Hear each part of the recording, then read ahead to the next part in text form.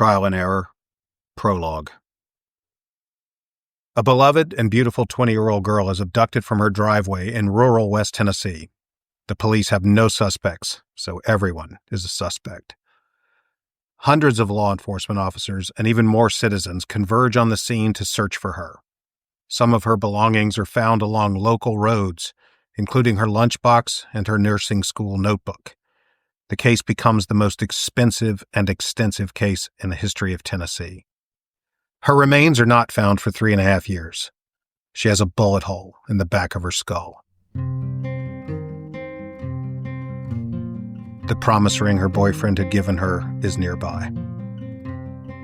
A man with multiple convictions for kidnapping and rape, who is already on the sex offender registry, lives nearby. He started kidnapping and raping girls in the late 70s.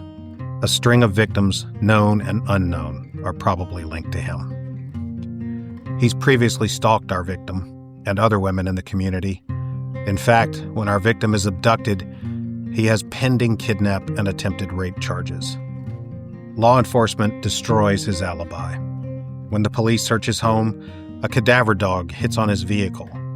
A hair that is a microscopic match for the victim is found in a rope in his van. His computer is full of internet searches like kidnap, rape, kidnapped and raped, and other awful terms, and the shocking images those searches yielded. When this suspect is confronted by law enforcement with evidence of his guilt, he essentially admits that he'd done it and offers to plead guilty and show police where the body is. This case is solved, right? Well, you would think so.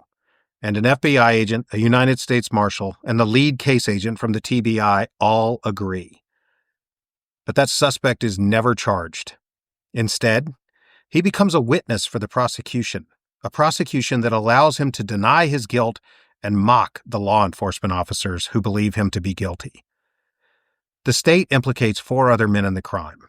One of those men is deceased. One of them, a man named Jason Autry, cuts a deal in return for his testimony against the other 2. The other 2 are currently in prison.